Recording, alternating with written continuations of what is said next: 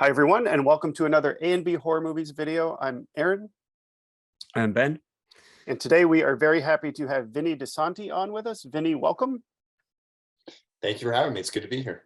Yes, we're very excited to chat with you on. today. Yes, exactly. So Vinny is a producer, a director, an actor. You're a voice actor, you've done effects.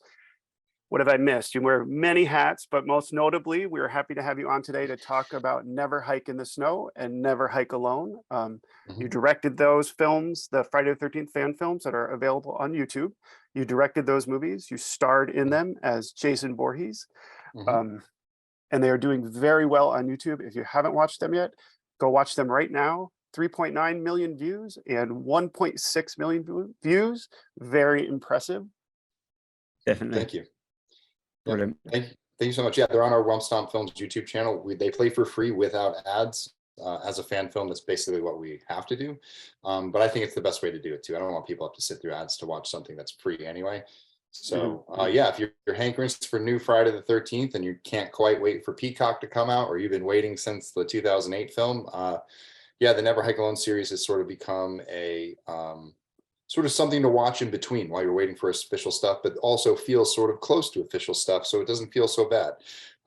Sort of upgraded the fan film in a way. So we're very happy that Friday the 13th fans have flocked to the project. They've really taken it in as one of their own. You know, talk to some fans, they consider it part of the franchise, but you know, we're a fan film and we'll take that label just fine. But it's just nice to see that so many fans around the world have, you know, really just like rallied behind it, and you know, they continue to spread it. Like, it continues to spread. I find out, like, people find out about it now, like 7 years later after it came out in 2007, or 6 years later after it came out in 2017. You know, and Never Hike Alone and Never Hike in the Snow has been around since 2020. Yes. And now we're building to Never Hike Alone 2, which is going to release this year. Very cool. So it's cool. It's been a very cool ride, especially because it started so small. And then now it's gotten to this point where we have like a $250,000 budget and we're out here making like a real feature film. It's been a really, really cool journey, and it's all because of fans supporting it. That's awesome. Yes, I mean, they're perfect for any Friday the 13th fan, or even any horror fan. I would say they're very well done. Yeah, I can't say enough. So I'm going to stop talking, Ben. Why don't you go with the first question? Yep. So Vinny, I'm just going to say they are absolutely brilliant. Thank you. And congratulations with them. So what was the most, I want to ask what the most difficult part of these movies were to make? It's actually the longevity. We didn't really have the money to shoot it all at one time, so it was shot over a series of weekends, and getting funding together and rallying enough people together and doing the logistics. It's like, once we get out to set, it's challenging, but that's the fun part. I would say the most challenging thing is like keeping morale up, keeping self-confidence up in between shoots, when you're just trying to get out there and shoot sets, but there's all these things getting in front of your way, and there's all these challenges. Like today we're doing permit stuff and we're getting kickback from the permit office because we didn't answer some of the questions right, and they need more details, and they want to, oh, well, if you need this needs to be charged and this needs to be charged, and they want to add more charges to everything. And you're like, whoa, wait, okay, let's clarify this. So like, we don't need this type of service, and like, we're not going over here, we're going over here. It's in the map, look right there. Like, that means that we don't need somebody watching a highway because we're not on the highway, like we're in the woods. Like, so a lot of the times it's dealing with the mundane stuff that has nothing to do with the creative, I would say, is the most challenging. And then, you know, filmmaking is challenging in general. Being out late, shooting late nights, having a lot of technical camera moves and stunts and effects, those things are always a challenge to execute. But with enough, you know, pre-production and pre-planning, you can be well prepared to sort of navigate those days. Even as well prepared as you are, things go wrong all the time. So as long as you just think on your feet, it's there. It's really the challenge of getting to set that makes it the hardest part. But once we're on set, I would say that that's when that's the most fun. And so even though it's challenging, it's like we're playing the game, you know what I mean? Like, we're out there on the field, at least we're playing the game and we can do it, but everything else feels like it's keeping you from playing the game. And so I think that's what makes it the most challenging. Yes. Oh, awesome. You mentioned that Never Hike Alone came out in 2017. Can you talk a little bit about the origin of that? Like, how did it come about? Like, funding, the ideation phase, what at a high level? Yeah, no, it really started out small. It was, I wanted to build a cosplay and I wanted to make a short film. And that's really what it was. I just had never made a Jason cosplay before. I was in a lot of discussions on online forums and Friday the 13th and horror movie forums about Friday the 13th, or the Friday the 13th section that had its own wing of people arguing about stuff. And I had this very unique idea about what I thought Jason should look like in a modern film, about how you could take the modern aspects of what they were trying to do and put it in a little bit more of a, I think, a better looking style approach.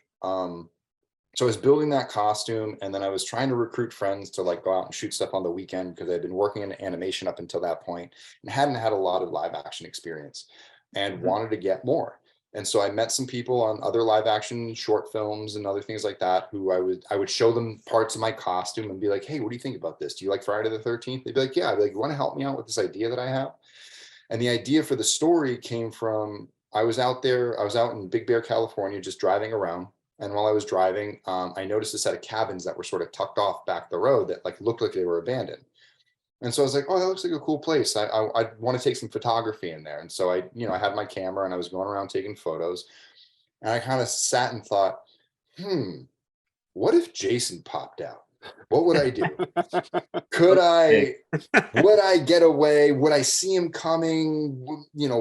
I haven't done anything wrong. And so it started with like sort of that question. And it was like, what would it be like for a one-on-one aspect with Jason? What would it be like to, if it was just you and Jason, could you get in and get out? And it started as a very simple story, just about a guy wandering into Camp Crystal Lake, running into Jason, getting chased out, and honestly getting killed. That was the original sort of version of Never Hike Alone. We started making trailers in early 2016. We released the first one, I believe, in like March of 2016 or May of 2016. It was, we filmed a couple of weekends. We kind of put some drone stuff together, did Andrew doing a confessional, and then Jason pops up and we sort of reveal him and his look. And then it looks like Andrew's getting chased around and they're going to fight and they're coming at each other. And it's like, ooh, can a hiker survive? And at that point, it was very isolated. We had 2 sets. We didn't have any interiors.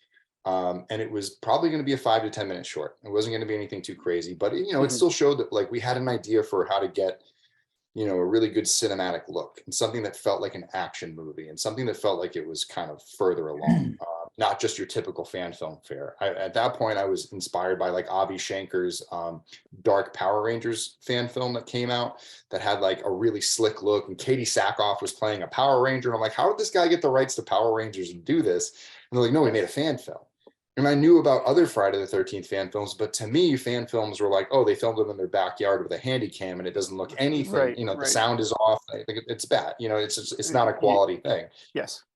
The effort's there, but they don't have the equipment to do it. But in 2016, 2017, you had the advent of like the DSLR that could record in HD. We had like Canon 5SD, the Sony AS7S2, Panasonic G4. There's lots of stuff out there that you can get a good high quality image and make it look cinematic, and at the time everyone was working in HD anyway. 4K wasn't really in the precipice of indie filmmaking. So we realized that like we had the ability to do something that like past fan films hadn't done, which was shoot with cameras that could give us a cinematic look. And we started with the Sony AS7 II. And so it was sort of like a combination of all those things. It was, how can we push the camera boundaries of our little independent friends, like to make it look like a movie. Don't make it look like an independent sort of like short film that we see from a lot of, first time filmmakers. Like, let's go out and achieve right away something that has scope and scale and, has cinematic language in it and do all those things. And that was a lot of stuff that I had learned from animation, working in the story department and the editorial departments and sitting with storyboard artists every day and editorial every day and going over shot structure and, what shot should lead into this shot, especially in animation, because motion is so important in animation and how it's drawn and how it's animated. So it taught me a lot about that in live action, to see live action that way. And it worked so well. Yeah, it translated really well to the screen and live action. Yeah. Cool. And so the big turning point really was after we shot that trailer. The people who own the cabins that we were shooting around pulled us aside and said, "Why are you shooting here? Why aren't you shooting at the camp?" And we're like, "Well, we don't have money for a camp." And they said, "No. Up the road, there's an abandoned camp. Look, here's a map. Here's where it is. Go check it out." So awesome. Yeah. And at the time when they said it, I imagined every other abandoned thing that I had ever found in Los Angeles, which was like completely decrepit and covered in graffiti. And so I was kind of like, yeah, whatever. Like these cabins are nice. Like I don't want to go to some graffiti laden piece of crap that's gonna like not look good. Like I don't feel like anyone would ever get in and get out of Camp Crystal Lake and get graffiti off. Like I feel like they'd be dead in 2 seconds. So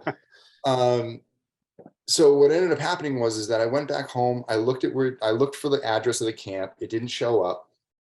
And so then I started scanning Google Maps and I found a building in the middle of the woods that was at that address or like at that place in the map, but it wasn't showing up as a listed address anymore. Like the map that he showed me was from the 80s. So it wasn't like whatever this place was, it was really abandoned. And it hadn't been registered as anything in the records for a very long time. I ended up, finding that building, tracing the road back to the main highway. And then we went out there and researched it. And we found the gate to the camp. It wasn't locked. It was just sort of like a nut and a bolt holding it together. So we took that apart, opened it up, drove the car through, drove up this decrepit road, moved trees out of the way. Cool. Yeah. Drove over, drove over like a little river. And anybody who's watching this, if they want to go and check out the films, if you go on our YouTube channel, there's a behind the scenes documentary of how we made the film. And I tell this story in the documentary and you actually see the road. Like you see everything that we went through. We recorded it as we went. So we come up the road, we go up the hill, we come around the corner and we see the buildings and they're all intact and none of them have graffiti and they look beautiful. And so we started walking around and that's when I turned to my friends and I said, well, our set list. It was meant to be, right? Yeah. Yeah. Like now we have sets, like we can build these rooms. Like what's to keep us up from coming up here every other weekend? Like, I'll pay for an Airbnb or I'll pay for a rental van or something like that. I have the extra money to do Get it set up. Let's get it set up and let's start building sets and shooting scenes and doing tests and doing stuff like that. And so again, like some of the tests that we did are on our YouTube channel as well, and our kind of behind the scenes lost footage stuff. Like there's a beautiful scene of him walking into the camp that we ended up never using because other things ended up taking that shot's place. But it showed you how we were able to sort of like do our camera tests. We would repeat it with different cameras. We would kind of perfect the way it would work. And then once we did that, we started getting into the storytelling process. I was getting inspired by the different rooms that were there. So like, oh, we can use this room as Steve Christie's office. So what does he find in Steve Christie's office? We can use this as the bunk bed room. We can use this as the shower room. We can use this as the kitchen and the attic and all those different things. And so it was really just writing to the location and then expanding that out and covering those scenes over a weekend. And then thinking about the action that we had. Getting contacted with Jessica Bennett and the stunt team to sort of be like, and they were people that I had met through doing other films and saying, hey, could we do it high fall? Could we do a table slam? Could we do this? And what would it take to like come up there and build it? And, so we just slowly raised money, started crowdfunding and, it didn't go through right away, but we were able to raise some money privately and shoot the first half. And then we raised another 20 grand to finish it. And then, it was just a race to the finish line. We got it done. In October of 2017, October 13th, we debuted at the Tell Your Ride Horror Show. Opening night selection on Friday the 13th. Got to play in front of like cool. Yeah. A theater full of Friday the 13th fans, which is really, really cool. How anxious were you with that first? Super first anxious. Audience, I didn't know. Yeah. Did you hide in the back? I didn't know what we had. No, I was in the front row. You're in the front row. I was just like, but I had my head down the whole time. And then it was cool. There were a lot of writers in the room, and they all wrote up glowing reviews of it and put it all like it was bloody disgusting and Birth Movies Death. And very cool.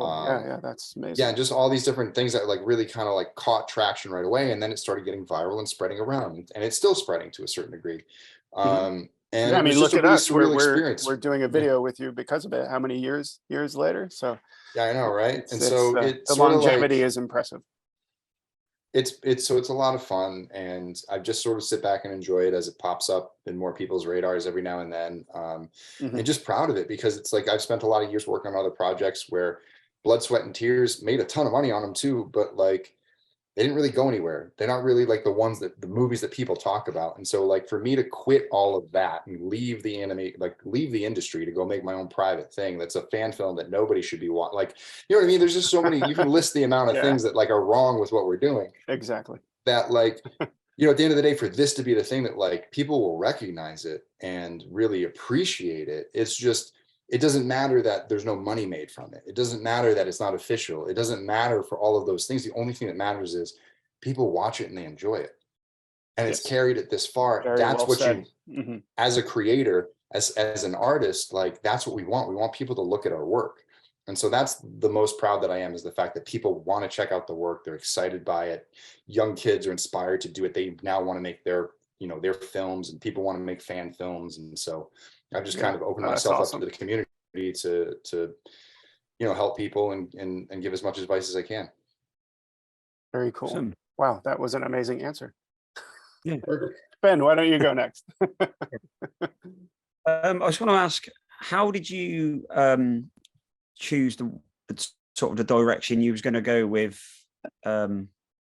Jason? Did you, because you can watch each movie with him in, and Mhm. they're kind of a little bit different the way they are. Obviously, he doesn't talk a lot in Mhm. any of them, Yeah. but was there a certain film that you sort of went, actually, I like the way this Jason's done, so we're gonna go with that one? Or did you just go in your own way? And I mean, it was kind of a combination of everything, like all the things that we knew about Jason, except for Jason Goes to Hell, because that offered no help to me.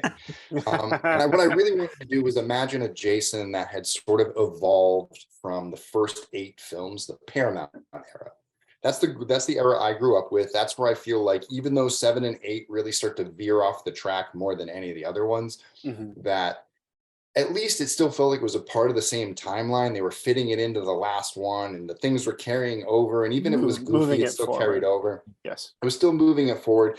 And then Jason Goes to Hell sort of like reset everything. And there was never a full conclusion to the original Paramount era that felt like this was the bookend to that story that we've been watching over these last 8 films. This is not the, like, where is this final Friday? Where would it go? And I felt like I never got that closure as a fan. So this Jason is the Jason that got washed back out to sea at the end of Manhattan and scraped his way back to Camp Crystal Lake, and has sort of been licking his wounds ever since, with a different outlook on life. That, Mhm. I love that idea. Makes yeah, total and sense. so Yeah. he's sort of like, if you remember from part 2, he was this hermit who lived in the woods, who stayed out of everybody's way, and just tried to hide and stay out of and just basically do what he had to do to survive, and not really go after anybody, but more protect himself. And so I turned Jason back into a protector.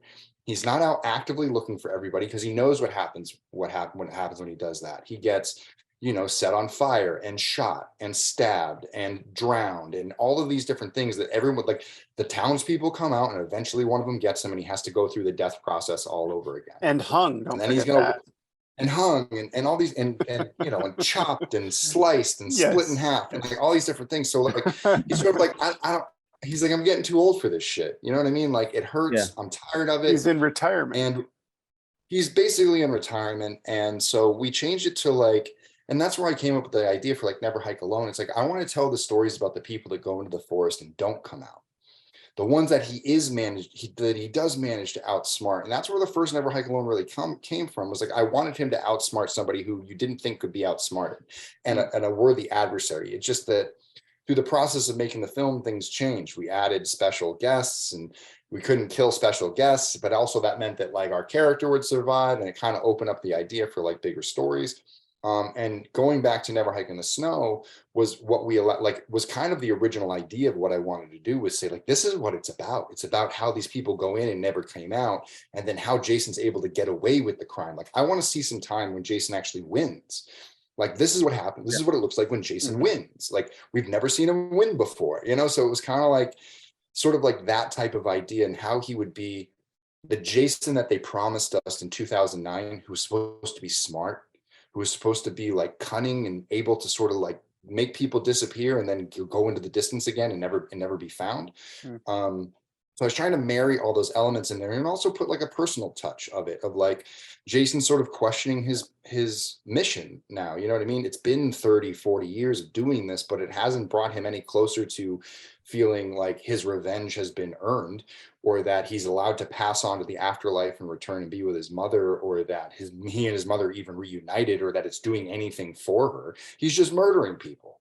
And what's it getting him? Nothing. He's still lonely. He's still walking the earth. He's still rotting. He's still, he can feel himself rotting away. Like, what kind of existence is this? And how like motivated is he to like keep doing this stuff? And so, people will wander into the camp, and if they cross a certain boundary, he'll have to step in and take them out. But there's a very good chance that you could walk into Camp Crystal Lake, not touch anything, not see him, and get out, and he'll let you go. He has no quarrel with you. He doesn't want to draw any interest from anybody. And so that's kind of it. It isn't until Kyle MacLeod comes along and sort of ruins that life for him. And that's where Never Hike Alone 2 sort of takes off, is the fact that now Jason's secret is out and he's got nothing left to lose. So he might as well go back into kamikaze mode and go like, it's going to be like the old times. I'm going to go rage mode and everyone's going to die until you guys take me in. Well, we do have I do have a couple of questions for you about part 2, but okay. But we'll get to that in a moment.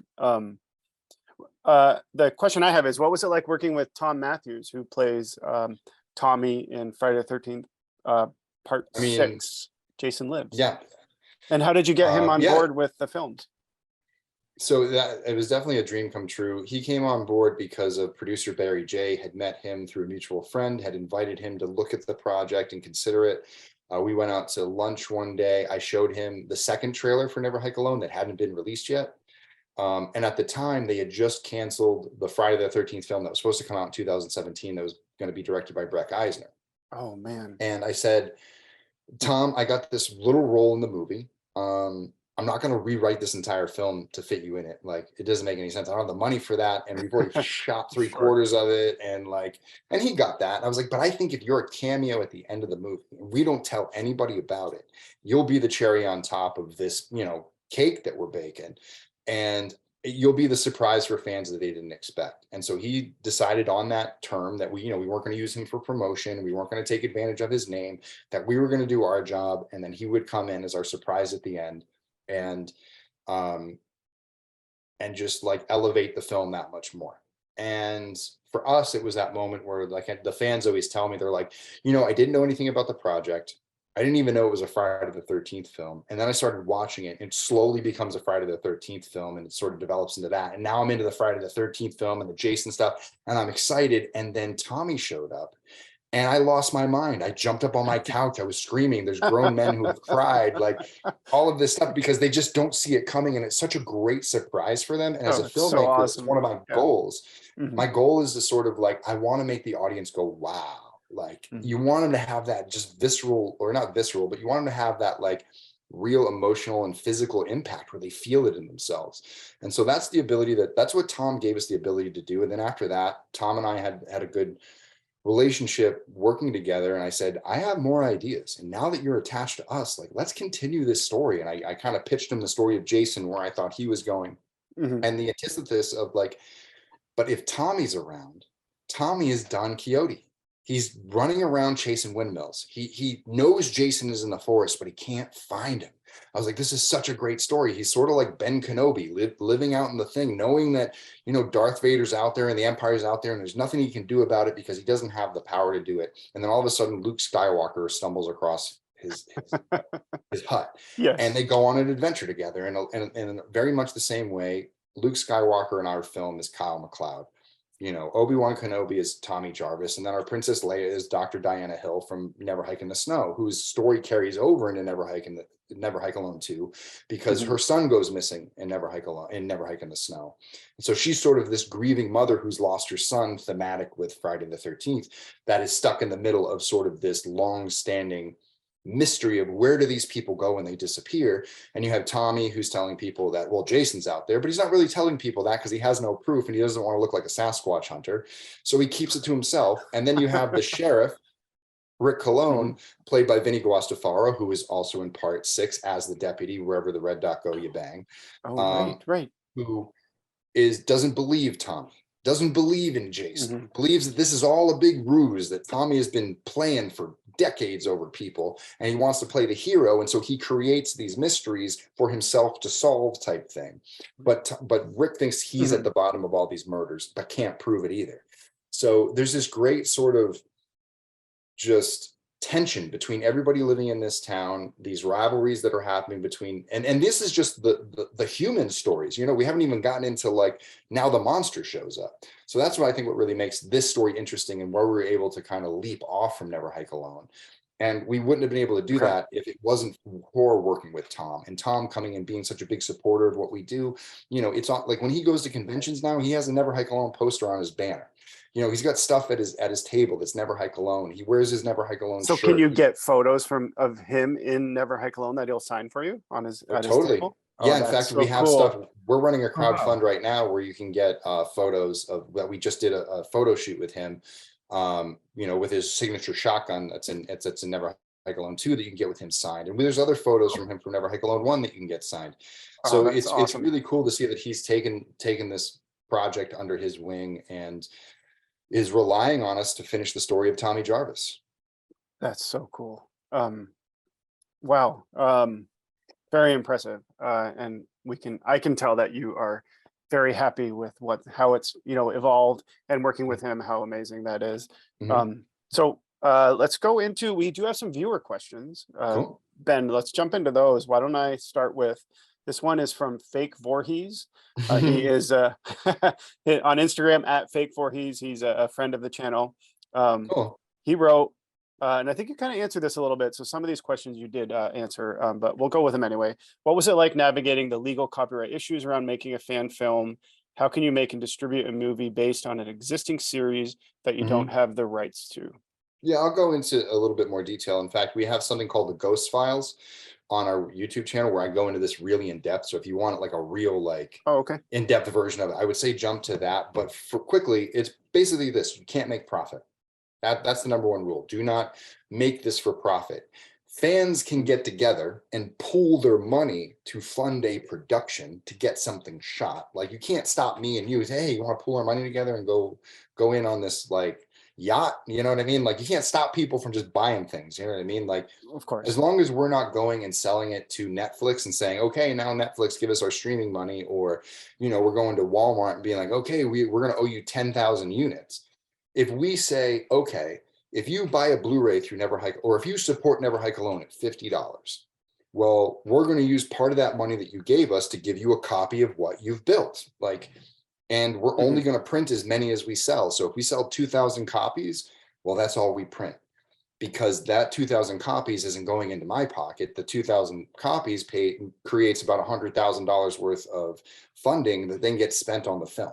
So that goes towards building the movie props, you know, renting the cabins that we have to stay in because we're shooting remotely, and renting the permits and getting the insurance and renting the cameras and the lenses and kind of all the things that kind of go into that, and all the logistics of making a film. And you know, we have people that volunteer their time. There are some people that we do have to hire. There are actors that we have to go through SAG to get, you know, to do that stuff. And there are a list of unwritten rules, or like there are a list of like sort of written but unwritten rules to follow based on other fan film lawsuits that have happened in the past. And at any time, Sean Miller, Victor Miller, Sean Cunningham, Horror Inc., Georgetown Productions, New Line, Warner Brothers, anybody wants to step in and say stop, they can do it. Even if we follow all the unwritten rules to the T. And we really haven't. We started doing it, and then all of a sudden one day we broke the $50,000 mark that we thought was the limit and got to 75, and nobody said anything. And then we got all the way to 125 and nobody said anything. So we're like, okay, maybe the best way to do this is just to go for it and say and ask for forgiveness. And so with a lot of different things, you got to kind of like, you know, the best advice I can give people is like, you just got to try. You know, if you want to do something, put in the effort, do it, and float your ideas out there. It's just going to depend on the franchise owners of whatever property you're trying to remake, and how they feel about it. Because if you try to make a Godzilla movie, Toho is going to jump on you right away. They jump on that stuff right away. They don't allow it. They don't allow any of that stuff. It really comes down to the preference of that. And Sean Cunningham has stated that he doesn't care. Victor Miller has stated that he does not care. So we just sort of operate in this wild west of like, you just got to do right by your fans. And then at the end of the day, you don't have to buy a Blu-ray, because it's going to play for YouTube on free. In order to watch the movie, I'm not going to keep it exclusive for only people who back it. Everybody knows they're buying into something that's going to be streaming for free in 4K online. So they're buying it because they want to support the film. They're not buying it for us to go and make, extensive amounts of profit. Makes sense. And then at the end of the day, our plan is if we ever do have money left over, which we never do because we put it all into the movies and the perks, we have in the past donated to different Penny Pines Reforestation Project, the Special Olympics, the JD March Recovery Fund, who was a member of our crew who got injured in a surfing accident, who's now paralyzed from the shoulders down. And oh my gosh, we helped pay for some of his care, let fans kind of raise money for that. Commendable. Yeah. So we do try to give back when we can. It's not a lot because, like I said, when I feel like it's our responsibility when fans give us money to put it all into the film.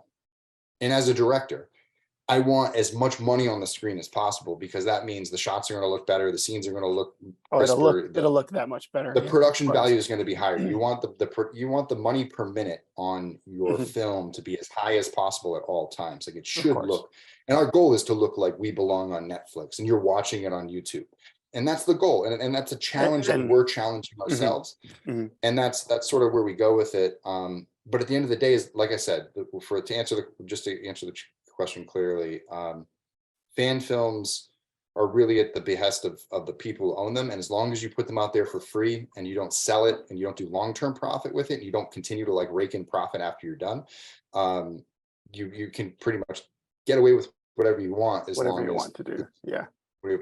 Yeah. Oh, that's really interesting. I actually had no idea. I thought that was a good question and a really good answer.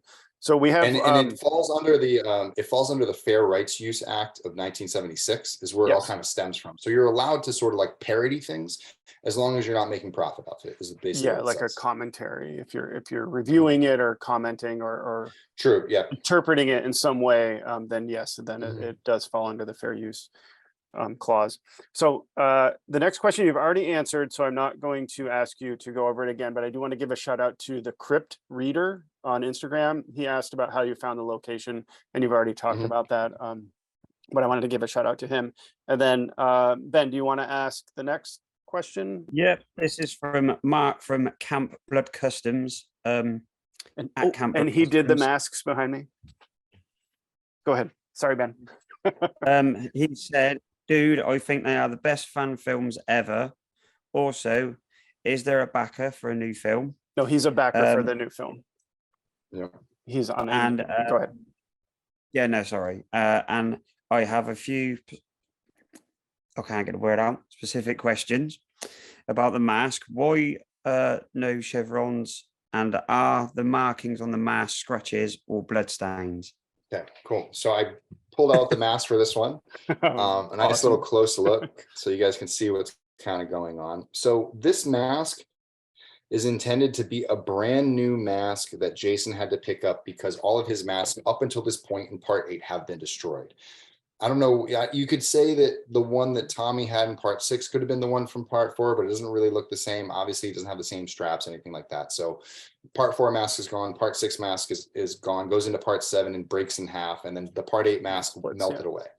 So when Jason comes back to camp at some point, what I kind of came up with was that like in 62 and 67, I believe, or 63 and 67, they tried to reopen the camp twice. And Pamela poisoned the water once and set fire to the camp another time.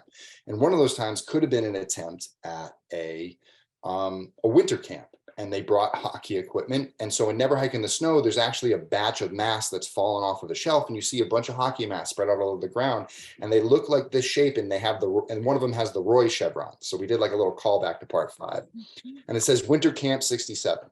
And so that's sort of like the idea of where this came from. This is like a brand new mask that just didn't have chevrons on it, that didn't have anything. These are scratches from years of damage. So maybe different people that he's run into or just like kind of bumping around.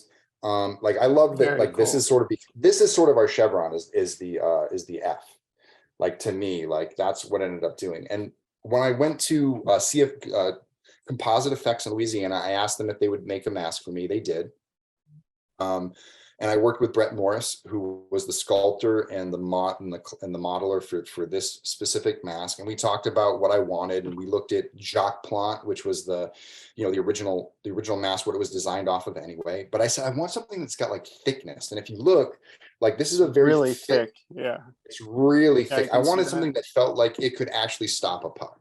Because every repro that I ever got was like flimsy. And so I'd put it on my mask and it would wrap around my head versus holding a rigid shape. And we sort of like really carved out like the different the different shapes of the brow and the way that the mask would sit on the face. And the holes are like much straighter and like Yeah, very yeah. It's not aligned and stuff rounded on like the top. There's like a it's not squareness to rounded. it. Yeah, so it's just and yeah, you can kind of see it in the profiles where I really sort of love the shape of it, and it's sort of like it just has a mean look to it.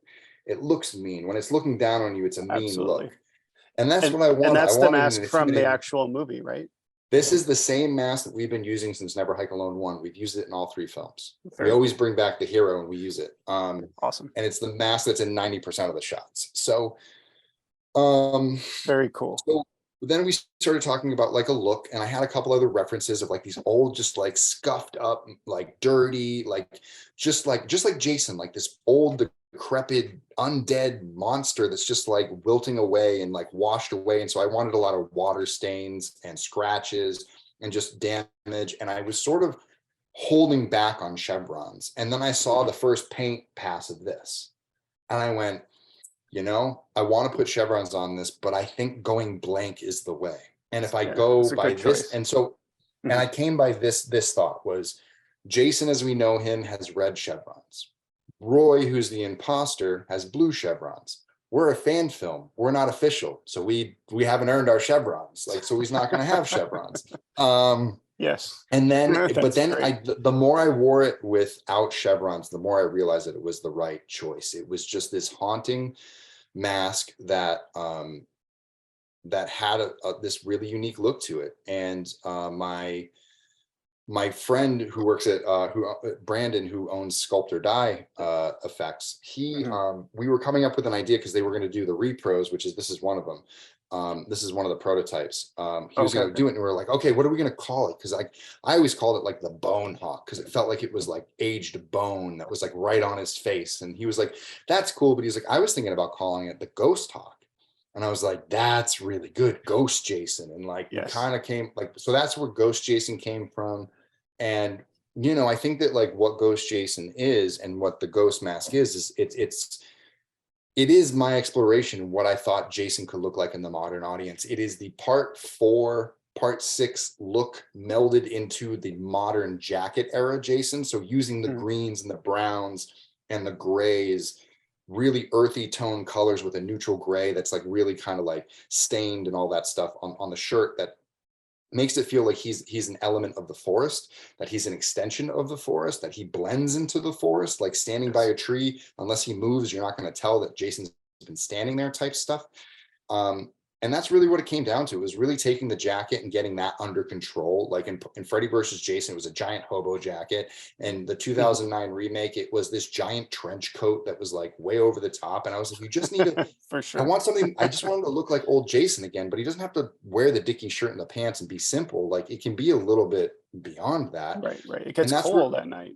Yeah. And basically I came back like again, like when Jason came back from part 8 and he's going into this new era, like, I mean, in my head, he's like almost naked. You know what I mean? Like his clothes have been melted away. He had to redress himself from scratch. So all of these are new elements that he's rebuilt himself into. And there's a story behind how he got all this stuff, it's called The Ghost of Crystal Lake.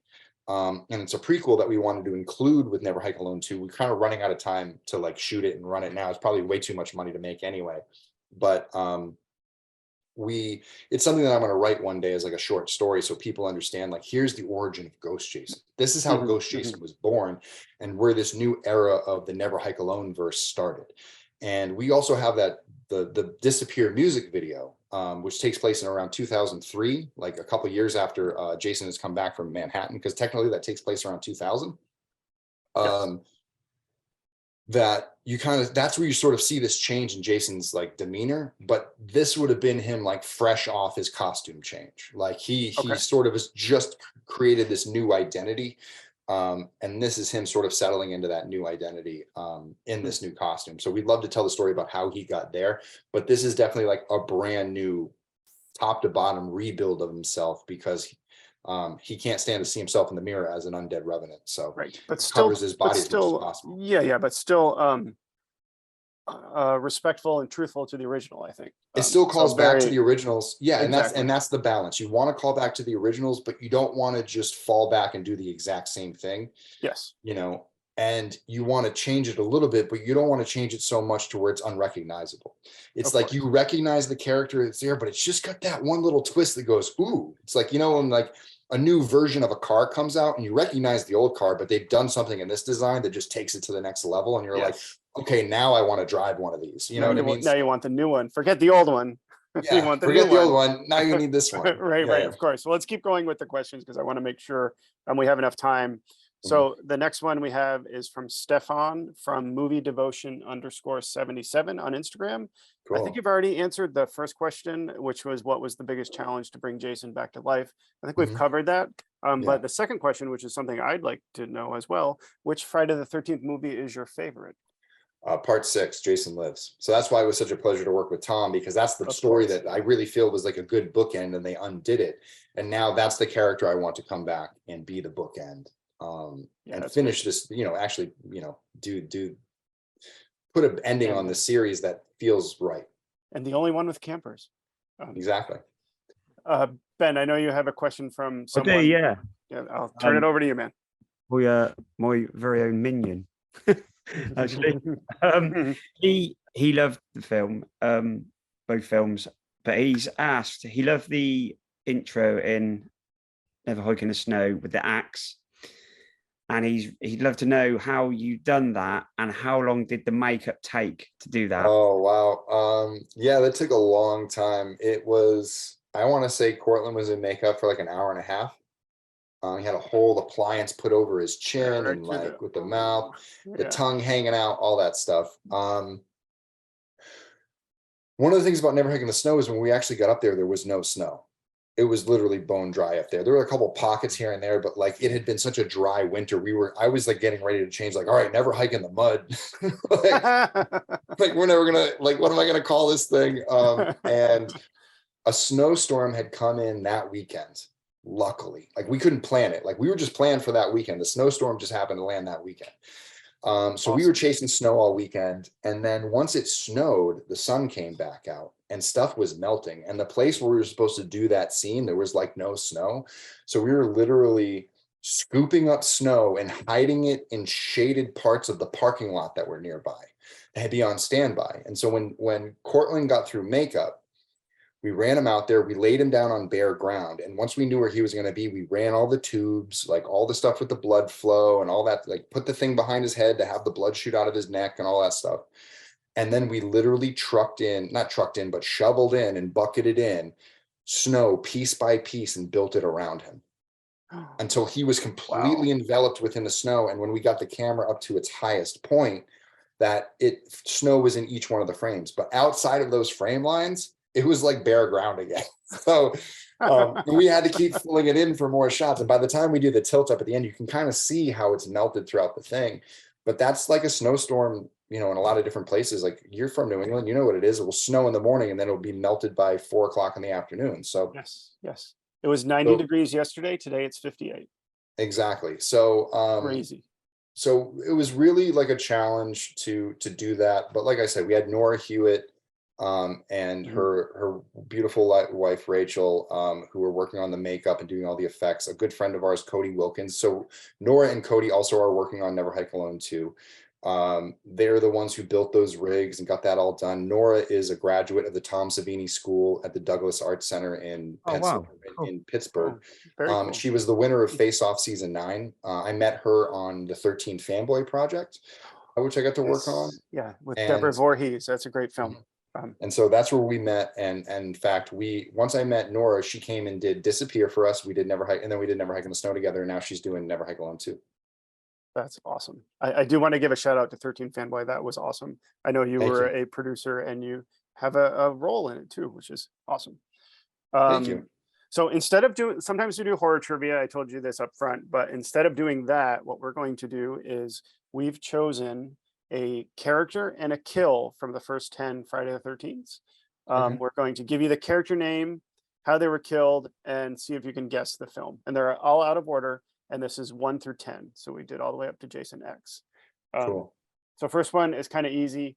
The character's name was Adrian, I guess. Head shoved into liquid nitrogen and then smashed on a counter. Well, that is Jason X. Yeah, see, we thought, like I said, we started with an easy one. Ben, do you want to do the next one? Yeah, but I can't find the questions. All right, I'll do the next one. This character's name was Andy. He was slashed down the middle while walking on his hands. That's part 3. Yes, exactly. Tracy Savage's boyfriend. Yeah. Played by, Jeffrey Rogers. I think I might have deleted it by accident, dude. You might have to. All right, I can keep going. Sorry. Let's see. The next one is, the character's name was Shelby. He was picked up and tossed into a deep fat fryer. Oh, from Jason Goes to Hell? Yeah, that's it. Jason Goes to Hell. I was gonna say that's one of the more difficult ones. Right. This one you'll like. Nikki, face shoved through the side of an RV. That's from part 6. Yes, with Darcy DeMoss. What does this court say? He's like, you taking a dump back there? Yeah. And I love the end of that when he's standing on the RV when it's flipped over. It's so good. Let's see. Jimmy killed with a corkscrew. That's part 4. Where's the corkscrew? Crispin Glover, right? I was either him or his friend Joey. Straight for the hand. Yeah, right. Exactly, yes. This one's kind of easy. Mark, machete to the head, and he rolls down the side. That's my favorite kill in the entire franchise. That's So part good. 2. So good, yes. So good, yeah, we agree. Okay, Julius, head punched off and it lands in a dumpster. That's Jason Takes Manhattan, baby. You're good, man. Let's see. Tina, sliced through face with garden shears. That's part 7, right? Tina faced with garden shears. Oh, no, I'm sorry. Part 5. My bad. Yes, I was thinking of somebody else. Deborah Voorhees. Part Yeah. 5. Yep, Deborah Voorhees character. The next one is Judy, the sleeping bag kill. Well, that's from part 7. Part 7, yes. And the last I was thinking one, of the other girl with, it was the not the garden shears. She got the sift through the wall. Why does she go outside looking for her? Like, she gets dressed up and then she earring, goes right? outside. That made no sense. Wanders through the woods. It doesn't make And then she sense. loses her endings. Like, where was she going? She was in the same building as everyone else. Like, who is she looking for? They're in the house. She runs into the barn, right? Yeah, I don't know. I never get that one. Good hiding spot. Yeah, it didn't make any sense. Okay, last one. Pamela beheaded on the beach. I think that would be part 1. Yeah, of course. Okay, my last question is, what can you tell the fans about Never Hike Alone 2 without spoiling anything? So, I kind of touched things before. This is like kind of a coming to a head of all the storylines that got started in Never Hike Alone and Never Hike in the Snow. These, Tommy searching for Jason, Rick trying to figure out who's actually killing people in the forest. Will Diana Hill find out whatever happened to her son? Will Kyle McLeod continue to survive? All of these different things. And will Jason finally get his revenge? And what do all these things mean? But I think I think what people always wanted us to see do so far, it's like, Never Hike Alone is really unique in the fact that it's a one-on-one aspect. It's all built on tension. And I love the way that we built that movie. It's a lot like 127 Hours in The Martian. Never Hike in the Snow was very much built like an episode of True Detective or any of like the cop procedurals, like an episode of Justified or something where cops are doing an investigation, still blending our found footage sort of background into using police body cams. And I actually was doing a lot of work on NBC's The Rookie, and I was learning a lot about shooting cop procedurals. So I was using a lot of what I was learning on that to make like a darker toned sort of like mystery thriller about, a mother losing her son, which I thought was very thematic to there. So Never Hike Alone 2, the only thing I can compare it to is a kaiju movie. You have your good monster and your bad monster, and each of them have their own adventures, and they keep battling throughout the film. And the battles keep getting bigger and better each time, and sometimes one wins, sometimes the other wins, and but they got to keep, the final wasn't until one goes down. And so it's really, a kaiju battle between Tommy and Jason, and they have multiple battles in the film. All in very organic and scary ways. It allows us to sort of take the gloves off because we're no longer functioning with a small budget. people who love Never Hike in the Snow and saw the kill work that we did in that one, we're able to expand on that work now and have double-digit kills. So for the first time, a Never Hike Alone film is going to go into the double-digit kill factor, kind of doing the traditional Friday the 13th thing.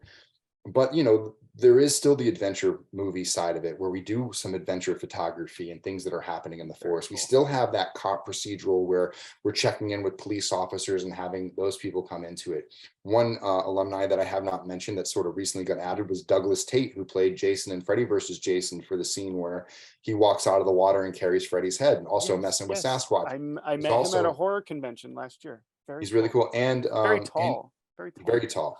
And he was also in Halloween Kills. He got to play Michael Myers for a few scenes. Yes. So Doug, and he's the Sasquatch in the TV commercials. Yeah, he's messing with Sasquatch. So he so Doug plays a deputy in the movie. He works for Vinny Guasafaro's character, all that stuff. And yeah, I mean, for me, like, I think the unexpected thing is people are going to be surprised by how much emotion is in the film. And that's one thing I really wanted to bring forward, because I feel like Friday the 13th fans really care about Tommy.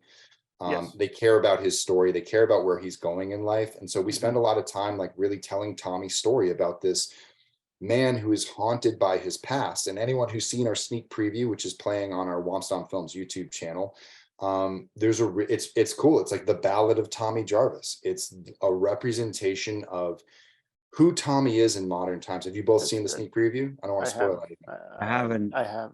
Yes. Okay, so I won't spoil anything. I'm going to go check it out again, though. Yes. Yeah. Well. What I will say is that it represents sort of Tommy at two stages of his life, about who he was before he met Jason and who he is after he met Jason. This young, innocent person who wasn't afraid of anything, was just like any young boy growing up anywhere in the world where they just don't know what the dangers of the world are. They don't think about that. And then one day the dangers of the world landed on his lap. They murdered his mother. They murdered a bunch of people that he just met. They almost killed him. They almost killed his sister. And then he had to murder him as a 12-year-old, and how that screwed up his life, and how Jason has since haunted him like a ghost, appearing in visions in part 5, driving him so mad in part 6. I did watch it. Yeah. He's on the dock, right? With his son. His son's fishing. Yeah. No, it's not his son. Oh, it's not his son. Him. Okay. If you look at him and you look at him. Oh, okay. Yeah, if you look at a young Corey I'll go Feldman, back and check it out again. Yeah. Played by Horace Stevie, who's a good friend of mine based out of Atlanta, cosplayer, young cosplayer. Oh, cool. That basically you see that like Tom's life was stolen from him. And he's just been living with this regret his entire life, like everything from part 6 and all these things. And you know, what I kind of say the first opening act of the movie is really like we feature Tommy Jarvis as this guy who's looking for a fight that can't be found. And Jason doesn't want to fight him. Jason doesn't want the drama. Like Jason's like, nope, like I have boundaries now. Like we're not going to go through this. You're not going to find me. I'm not going to give you the clues you need. Like you're the new crazy Ralph, buddy. I'm just out here living my life. You're all doomed. Right. Yeah. And so what we do with Tommy is we give him sort of like an introductory back to the fans, be like, this is what Tommy's life's like. This is what every day has been like for him for the last 20 years. And then like Never Hike Alone 1, the film slowly again becomes a Friday the 13th and Never Hike Alone film, where you realize that you're existing in a time prior to his rescue of Kyle MacLeod. And they get the phone call to go out and rescue somebody who's been found in the forest. They go out and they do that. You realize now these two films are merging together. Never Hike Alone 1 and Never Hike Alone 2 are crossing paths, because really we're coming out of the Never Hike in the Snow universe of like Dr. Diana Hill and Tommy Jarvis and Rick Cologne and all of these things. And all of a sudden the character of Kyle MacLeod shows up. And we all know as the audience, because we're ahead of the characters at this point, that we know what's coming and we know where it's going to go. But what we get to do with Never Hike Alone 2 is pick up where we leave off at Never Hike Alone 1. The end of Act 1 is basically the end of Never Hike Alone 1, and then Acts 2 and 3 are the true sequel to these films that what happens after the end of Never Hike Alone. Where is Jason going? Where is the ambulance going? All of these different things. Oh, I can't wait. Yeah, that's really cool. It really kind of like progresses in a very natural way. I say it's very similar to two movies. One would be Back to the Future 2, where like in Back to the Future 2, they travel back to the same time and they actually see themselves sort of doing things. And so you're going through scenes from the first movie that you've seen before, but you're seeing it from a different angle.